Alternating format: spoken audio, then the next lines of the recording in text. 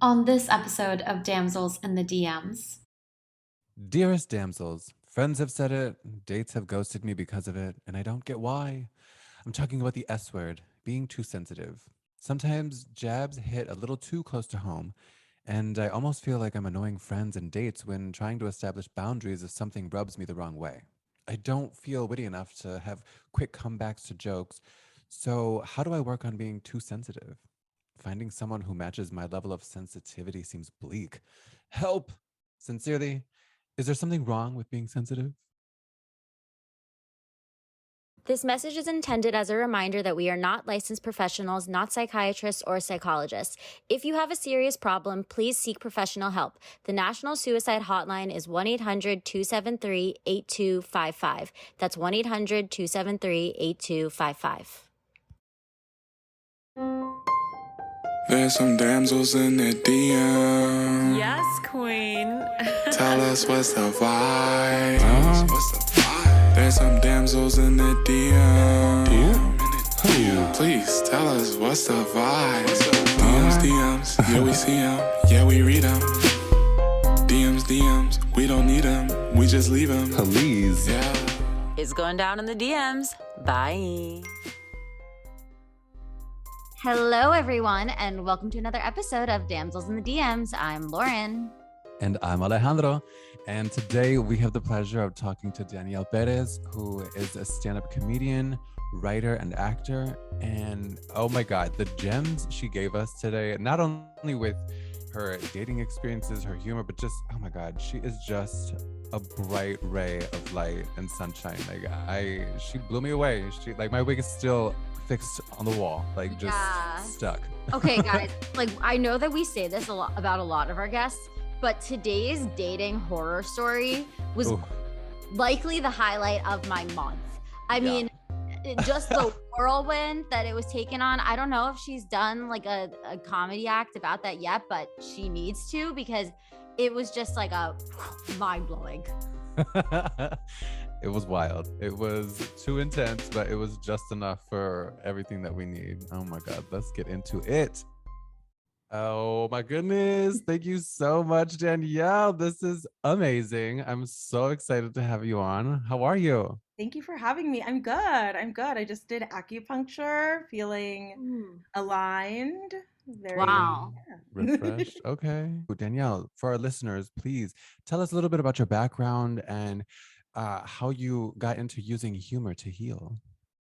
Sure. I'm born and raised in Los Angeles. My parents are from the Dominican Republic and immigrated to the US like as kids. So they grew up in New York after DR, and they met in Boston while they were both in school there. And then they realized, like, I don't have to live in the cold. So they moved to LA. And that's how I came to be in LA, and I felt like truly the only Dominican girl in LA. It's pretty isolating culturally. I was 30 and my best friend was doing like theater, like black box acting theater, Madison Shepherd. She'd just come back from studying in London, and so she was trying to do theater in LA. I didn't know what I was doing, and her roommate was a stand-up comedian, and we just started going to shows. And I was like, he's not funny. Like by the third show, I was like, he is not funny. I'm funny. Madison, how do we do stand-up comedy? And she's like, okay, we take a class. And I was like, okay. And the class, I was like, how do you do stand-up comedy? And they're like, you go to open mics. And I was like, okay, cool. So I went to an open mic with Madison. I truly thought we were just there to like observe. But then she like signed us up on the list. She's like, I'll go first since you're scared. She was 7, I was 8, and I just got in the middle of this cafe on a Saturday on Sunset Boulevard, just started talking about my life, and people just started laughing and responding, and I was like, I need this for the rest of my life. Like, wow. Truly just fell in love with it and have not stopped since.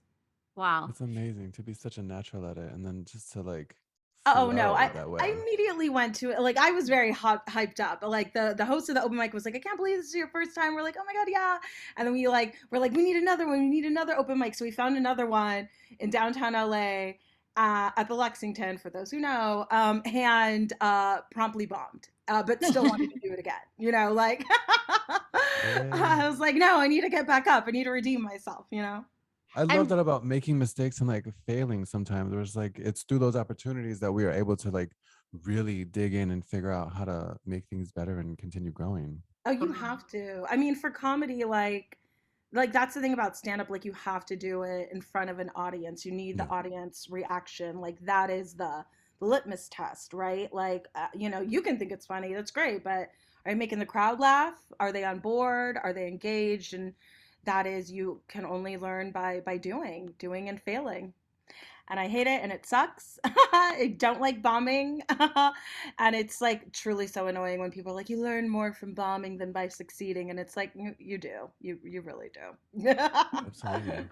And what do you think it is about you that makes your comedy resonate with so many people? And you talk a little bit about using humor to heal. So I'd love for you to dig into that a little bit and just explain, what do you think it is about you that makes you such like a warm presence that people want to hear more from and want to be around? I'm like, I don't know. I think honestly, like, I think the fact that on stage I am, you know, honest, and I'm sharing like a perspective that people don't normally hear. I think that's honestly like what it is. It's that, I'm a disabled Afro Latina, I'm fat, I'm queer, like I'm talking about my life, and maybe that's different from yours, but you can find the humor in it. You know what I mean? Like it's that idea, like with storytelling, writing, like all kind of creativity, like their specificity is universal. And so I'm not talking about like vague, broad things. I'm talking about like my personal nitty gritty life, right? Giving you all the details, and I think that's why, yeah, people resonate and respond to it. And using humor to heal, I think that was like definitely a title that I didn't know when I was answering those questions for Refinery 29.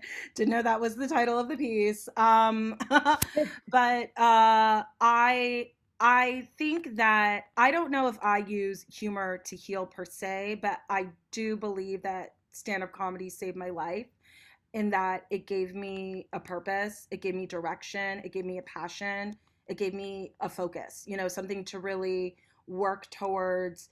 And it gave me like goals, like before that, it was really aimless. I had no idea what I was doing. I was, going out and partying a lot and just kind of not directionless. And now I have a real passion. Now I know what I want my future to look like. I have goals that I'm working towards, um, and so in that way, stand-up comedy has definitely saved my life. Body positivity, was that a slow journey for you, or have you always found like a sense, or have you always had confidence in who you are and how you present yourself? Yeah, no, definitely not. Definitely have not always been confident in my body physically. I had eating disorders in high school and in college. I struggled with like anorexia and bulimia. And you look back at pictures now and you're like, girl, what? I would kill to be that tiny.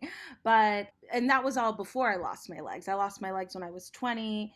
And so then after that, it's like, whoa, okay, I'm struggling now with the fact that I don't have feet, and going out and wanting to be normal, whatever that means, and just be seen like everyone else. That was definitely a struggle, and it continues to be a struggle. It's not like one day you snap your fingers and you're like, I'm over it, I'm fine. But I think a lot of what has helped me with just body acceptance, is after my accident, I moved back home. I was living in San Francisco when I lost my feet. And so I moved back home. I'm living with my mom. I'm not really leaving the house unless I'm going to doctor's appointments. So I just felt very isolated. Mm. And my dad, one day, he was like, let's go out to lunch. Let's go out and eat. And so I'm out during the day on a weekday at lunchtime. I'm 20 years old in my wheelchair, no feet, and I could just feel just the looks and stares. Like it was like people's eyes were just like burning into me, because I could just feel that energy. I could see them looking at me. And I realized like in that moment, in that experience, like I can't carry this. Like this is too much. You know what I mean? Like these looks and stares, this questioning, what's going on? And oh, this is strange. This is weird. Like I can't be responsible for other people and their feelings about me and my body and my presence. I know I that's just have right. to like put blinders on and go through life, you know? I have to just live my life and I can't be concerned about that. And, you know, there's a little denial in there, but I think that that has definitely helped, like in terms of like my body acceptance and body positivity, because you know, with my journey with my disability, I tried to get prosthetics and it was a very difficult process. I ended up being hospitalized several times with staph infections in the process of getting prosthetics. And so I ultimately decided to stop pursuing that. And I just got like very depressed and I started binge eating and I gained a lot of weight. And so um, just, you know, in that kind of just this is who I am though. I mean, but this is, you know, when I started performing and doing stand up, I think like a thing that was ultimately like helpful was the fact that like I had already been going through life kind of not trying to take in other people's Mm-hmm. energy about my physicality. So to Right. be on stage, I was just able to be present. Like the fact that people were looking at me and staring, you know, it's like, well, I'm on stage. Yeah, you are going to. So I was able to focus more on stand up than like, what's that about? And it's so interesting to me hearing you talk about this because, as I mentioned at the top of the show, Osh and I heard you on a panel hosted by Women of Color United at Soho Warehouse about fat phobia.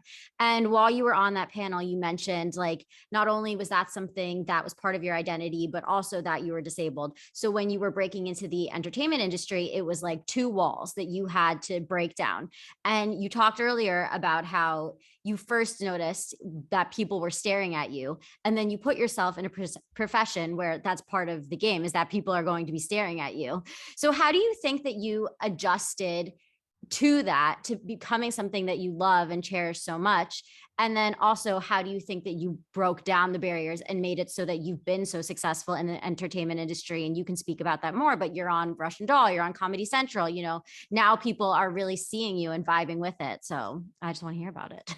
I think a lot of it is just, you know, no one likes to say it, but a lot of it is luck, truly. I'm very lucky that I live in Los Angeles. I already, you know, starting comedy, I live in a town, in a city that industry is here and people who work in casting and managers and agents and big, you know, A-list touring acts. So early on, you know, doing open mics and doing shows, I was able to be exposed to a lot of people who were already like industry, right? So they got to see me grow and develop. And, you know, I think a lot of it too is that when I was younger, I really enjoyed acting and performing. Like I was a big musical theater kid, you know, I was in ballet and tap and jazz and I took voice lessons and I was in the school plays and things like that. But and I think also too, it's like this um weird thing where, you know,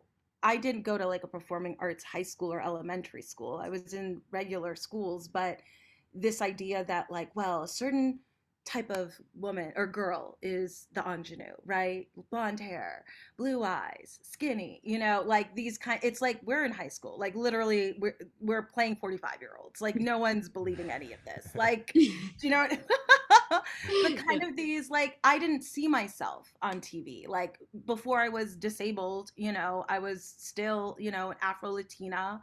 I didn't see that, you know, on TV.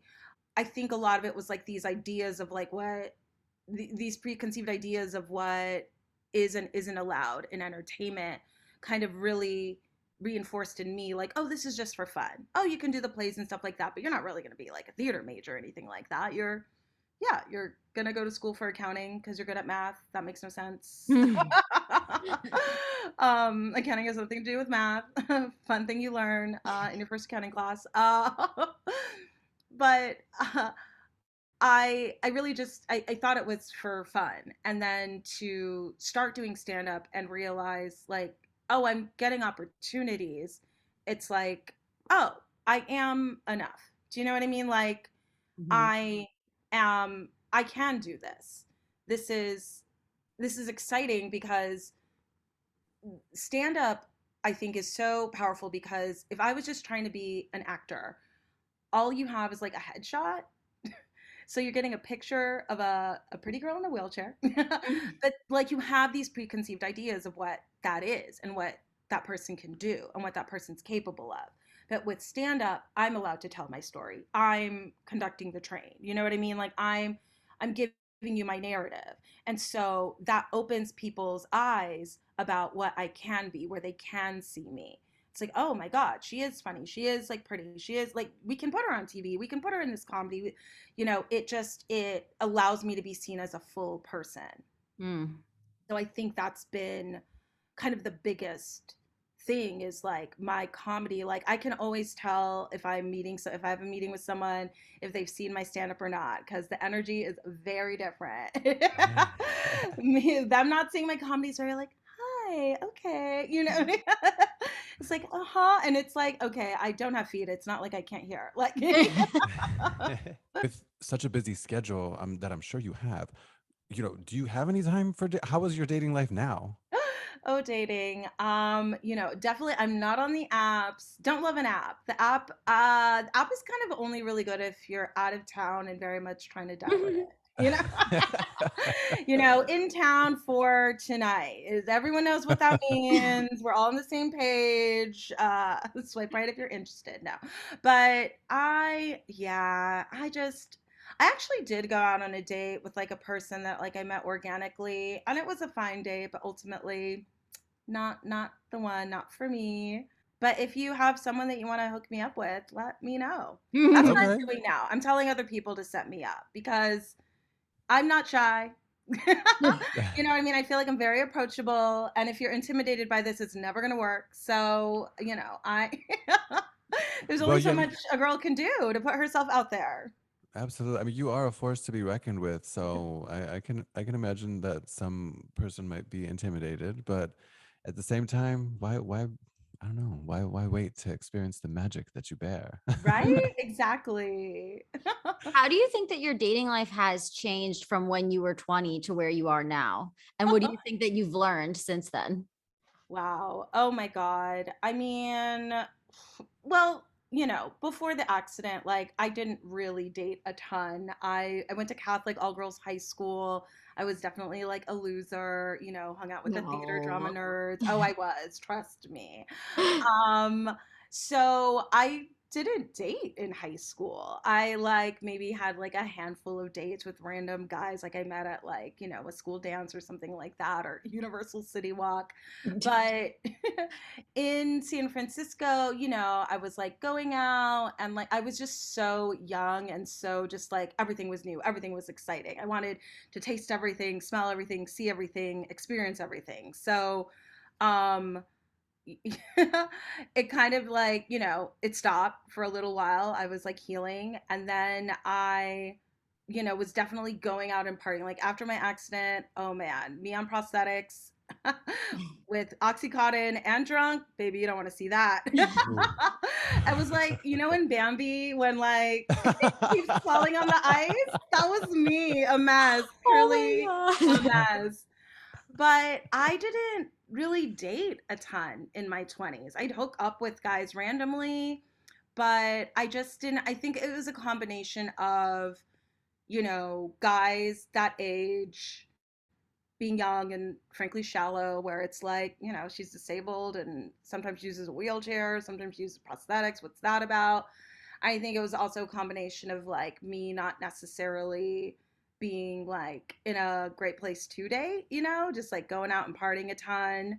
I started dating more once I moved out of my mom's house and into my own place. I think that was also part of it. It's like, someone want to date a girl who still lives at home with her mom? Like, that's weird. Mm.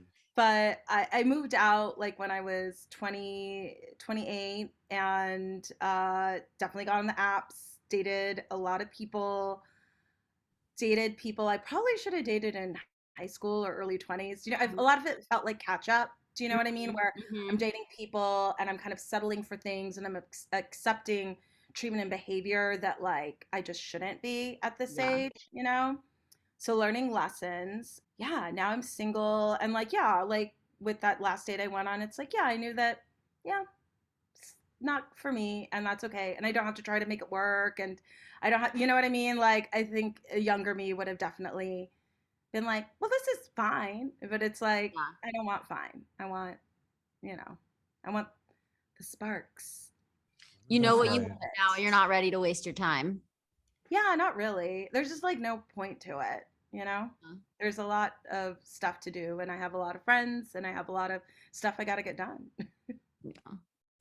That sounds about right. That is. So tell us about, because it's interesting how comedy was kind of a vessel for you to go on to Russian Doll and be in TV, but you said you were acting since you were young. So how does that transition happen where you're going back into being in TV and acting? I assume that like comedy informs a lot of it, but I just think it's so interesting because you mentioned like luck is such a big part of it. And like, of course, I'm sure luck is part of it, but also the fact that you put yourself in positions to be lucky and that you were so talented, right? Because how would you have gotten yourself there to be in those positions to be lucky if it wasn't so well deserved? Yeah, no, I mean, yeah, yeah. Like I'm it's not all luck, yeah. I mean, you have to have the stuff to back it up. I did like acting when I was in high school and elementary school and stuff like that, but I I definitely didn't go to theater school. And when I got the CBS showcase, I was so intimidated. So I was part of the 2020 CBS showcase and they it culminates, it's a program that's about like 3 months and it culminates in a week long stage production of a live sketch comedy show for like casting directors, agents, manager, industry, all of that. It is an intense process. It's very like SNL type schedule where we are, pitching on Monday, drafts due Tuesday, table reads Wednesday, rewrites Thursday, blocking Friday. And we do that every week for 3 months to like get the final sketches that we're going to do. And I was so intimidated by everyone else because everyone else was like, real actors and sketch comedians and like, people who have been on Broadway and stuff like that. And I'm like, I'm just a stand up. I'm just a and I wish I would have had more confidence in myself early on instead of like, being scared that I was perceived as like the weakest link. I wish I would have like leaned into just like having more fun and being more confident because like ultimately that was such a learning and growing experience. Like the fact that I was surrounded by talent of that magnitude, it's like I'm able to learn from them at table read. Like, what are they doing? How are they landing jokes? How are they moving? It really was like acting boot camp. So at the end, when we did the final showcase, I felt really prepared to start auditioning because it was the beginning of pilot season. The pandemic happened, so womp womp womp. But in the pandemic, I have been taking acting classes, and that's been really helpful because, like, doing it on Zoom, number one, makes it so accessible. Because I had started researching acting classes after Showcase because I wanted to maintain, just like stay in shape. Like with acting, it's a muscle. Mhm. And like pretty much all of the ones that I found were like inaccessible or they're all the way on the west side. I live on the east side. Like that's not going to work. Of class at 5 o'clock. Like, so being able to do Zoom classes for acting is just like, oh my God, this is amazing. Like I can be at home and also you can record yourself, you can watch yourself. You are acting like literally you're framed as if you were doing a self tape. So it's just like, oh, this is actually ideal. I Yeah. love Who have been some influential people that have either shaped your comedy or influenced your comedy? Are there any figures that come to mind? Yeah, yeah. Oh my God, Margaret Cho. Love Margaret Cho. All Love her, American yes. Girl. Like, I love that show and her stand up. Like, that was truly, like, for me, it was like, oh, wow. Like, this, like, funny, badass woman, Mm-hmm. Like, she was just so cool.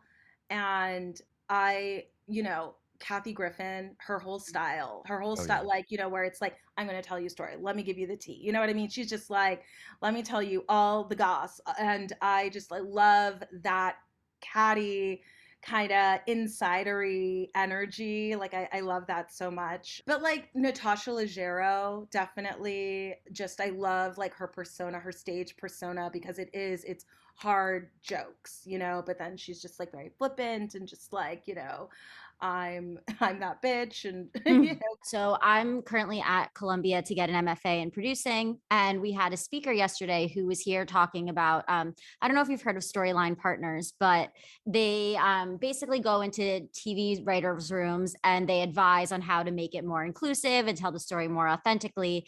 And one thing that the speaker was referencing was about how the Latinx community is still so drastically underrepresented on TV, and how it's been really hard, even if a show gets picked up for season 1, to make it past season 2. Do you feel like you see that shifting anytime soon? Do you feel like there's people who are trying to make that happen from your experiences?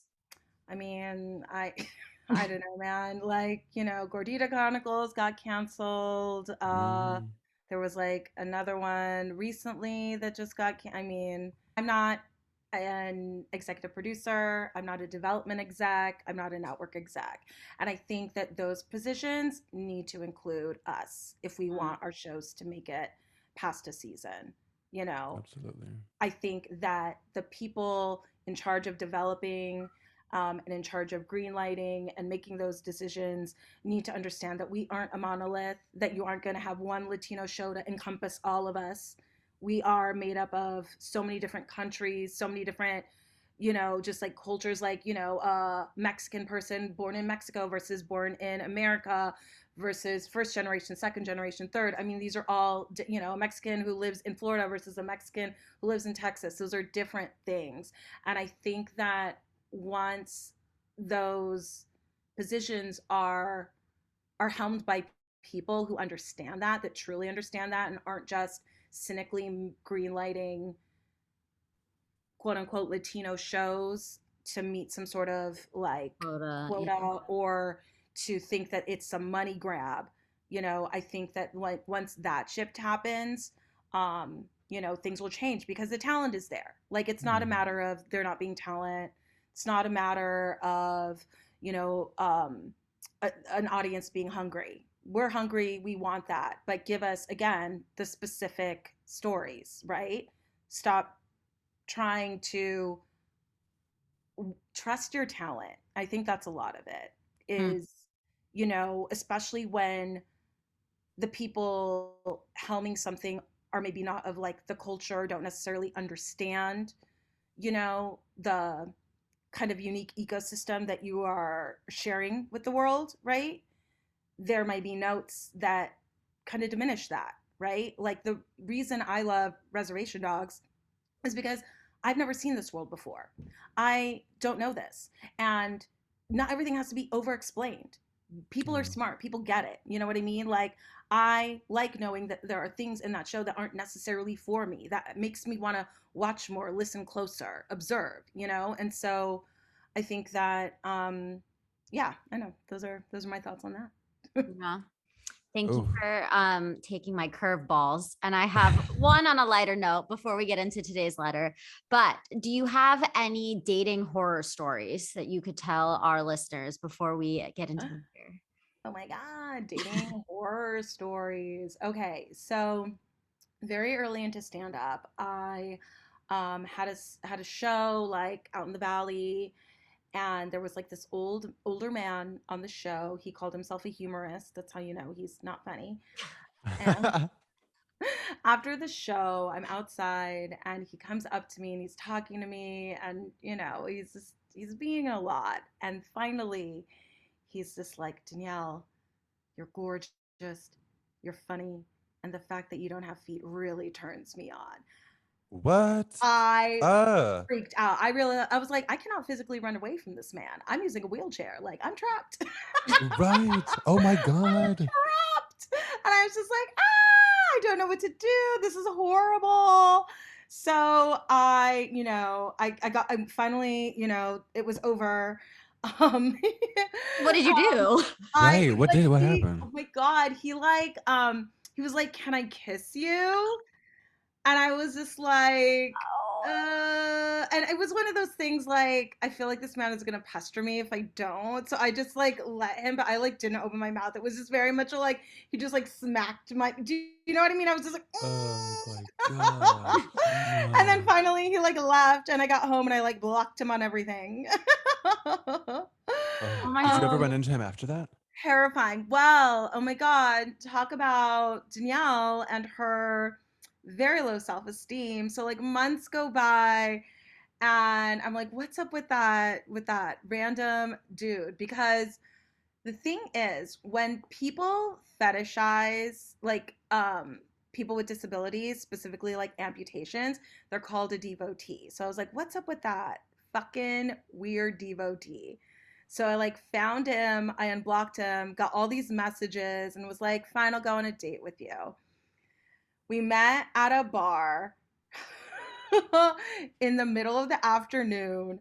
I'm just like drinking whiskey and he's next to me telling me how he's like always like fantasized about like everyone he's with not having feet or missing limbs. Oh, yeah, his wife too. Yeah, the wife he's Whoa. currently married Oh to. And my I'm like, What? oh my God. God. Did I'm you like, know he was married? not until then, and I was like, oh, this is bad. So I'm just like in this booth in this dark bar in the day, Finishing your glass getting of whiskey. Oh drunk, my just God. shooting glasses of whiskey while this like guy is like horrifying my mind. And then he starts like fingering me in the booth, and I'm Oh just my like, God. no. And then he's fingering my booth, but then with the other hand, he's like fondling my residual limb, like where Oh my leg ends. Oh And my I'm just God. like, this is not sexy. Like, this is not hot. Like, at Oh. all. Wow. Oh my goodness.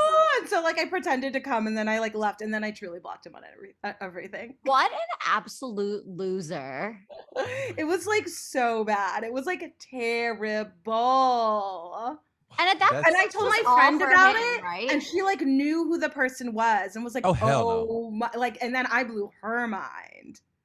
I mean, I think you blew everybody's mind with that. Damn. That's Truly ooh. terrible, truly bad. No devotees, not in it, not about it. My God, to be fair, we should have known he was horrible from humorist. Yeah, Yeah. humorist is it's like what is that? That's What is like that? that's a really it's that's like saying like it's like thinking you're like the funniest, like you could be a stand-up comedian even though you're like the funniest guy at the office. Like that's that energy. Like you're not though. You're not.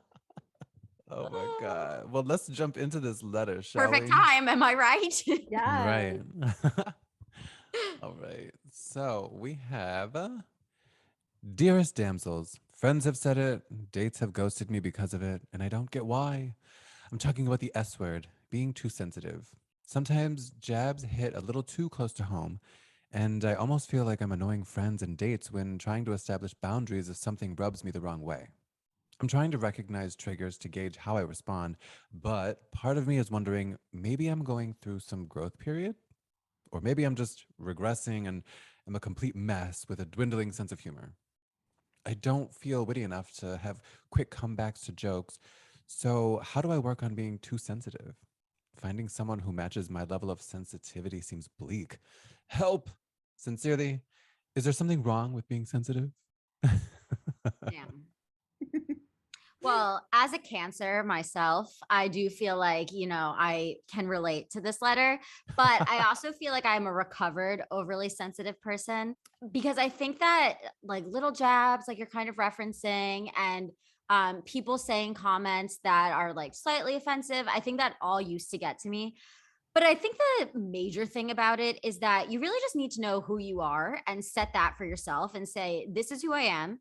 And if somebody says something that's off of your perception of who you are, then just take that with a grain of salt. It doesn't have to mean anything. People have all of their own opinions and they don't have to be your opinion of yourself. And I think that your life is going to be a lot easier the less sensitive you are, because you have a long life to live and people are going to continue to make comments to you that may or may not be what you want to hear. And I mentioned I'm in this graduate school program right now. I'm meeting a ton of new people every day, and sometimes people say things that, are not necessarily how I see myself, but this is their first impression of me. And now, guess what? It's on me to adjust their impression of me so that they get to see who I really am when you get to know me better.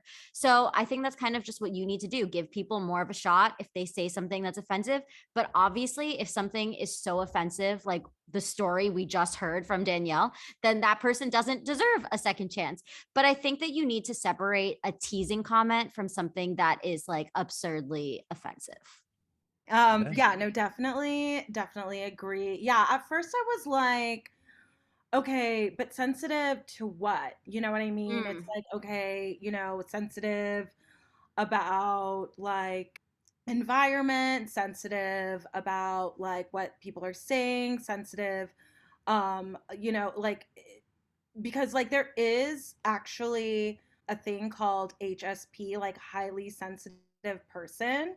I don't know if it's in the DSM. I think it is in the DSM, Hmm. but it's like an actual like you can my friend Crystal Adams, she had a podcast all about like her HSP because she would cry a lot. Like she would just like she was very sensitive to things and would cry a lot.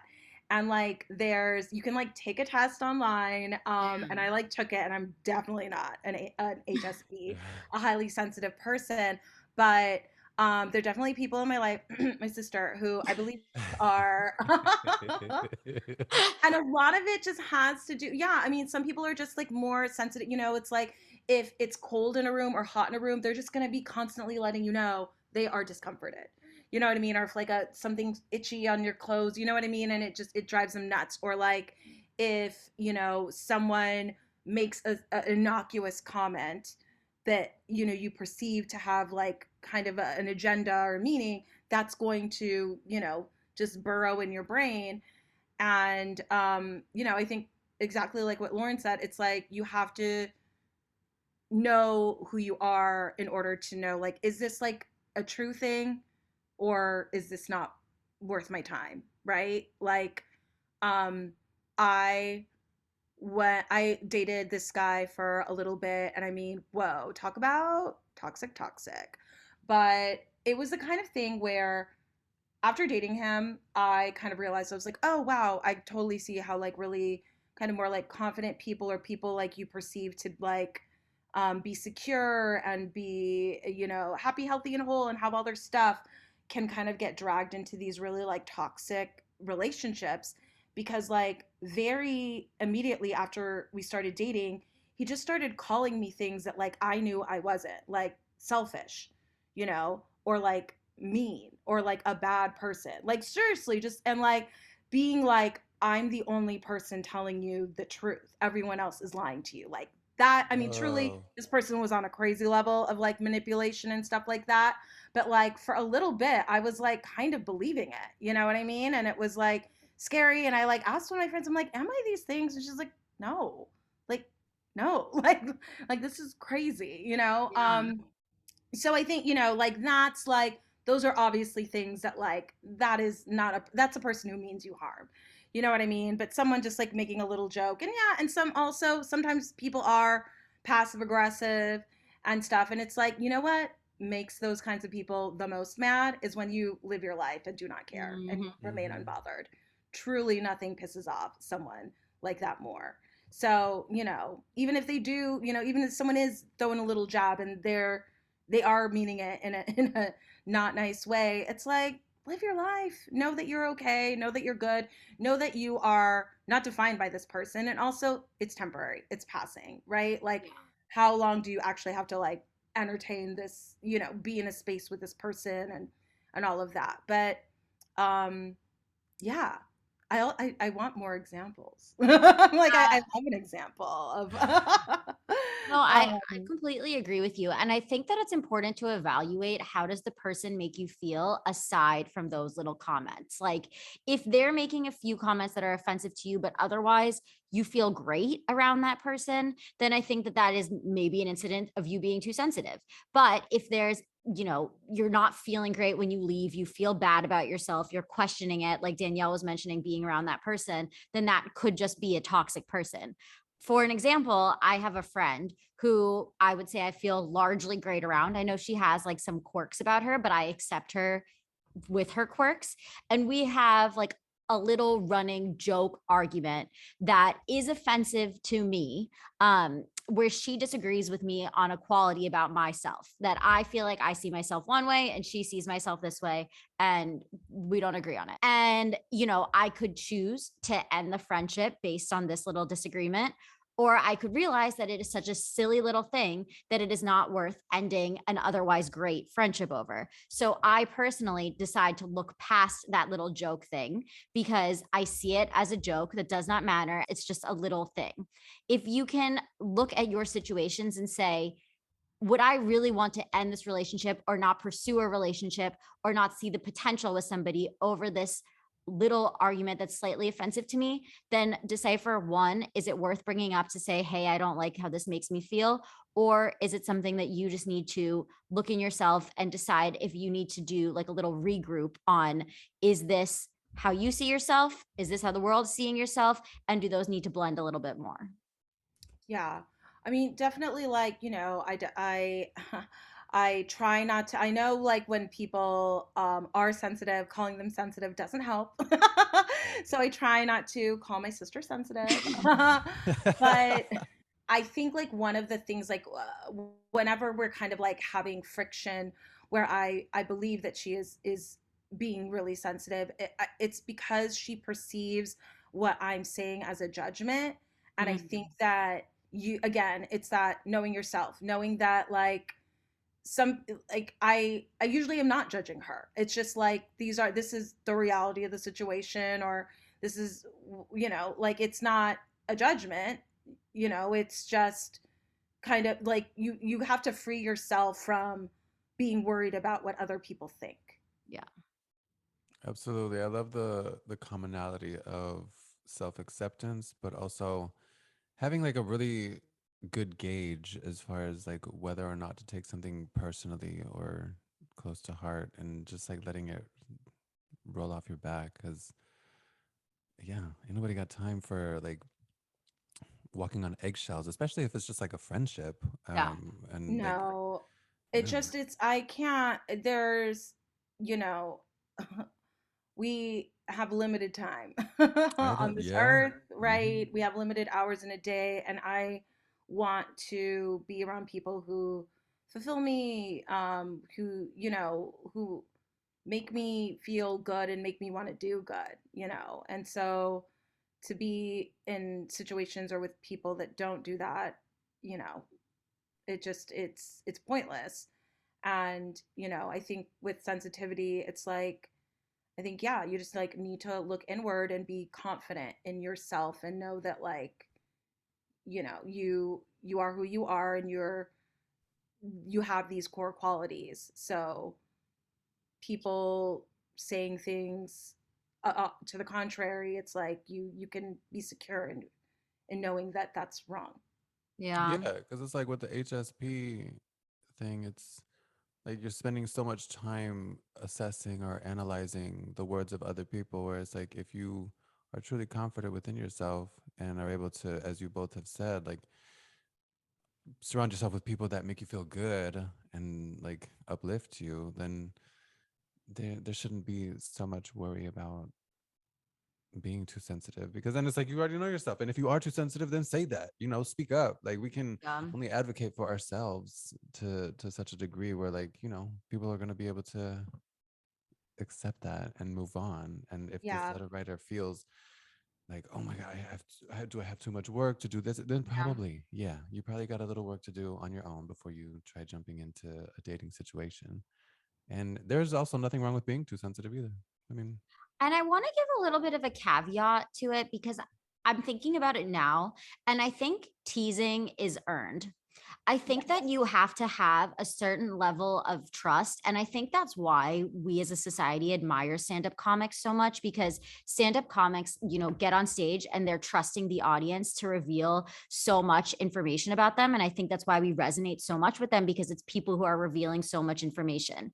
But when you're in a situation like a first date, I don't think that people have earned your trust enough to tease you yet.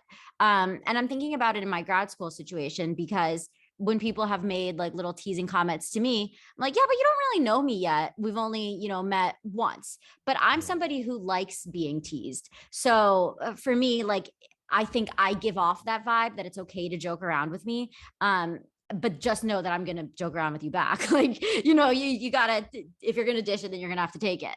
But I think that like, that's the thing. If people are maybe not gauging your sense of humor on the first date, then if they're ghosting you, it probably wouldn't have been compatible anyway. And maybe there is something about you just don't like being teased. And then you maybe need to find somebody who aligns with that a little bit better.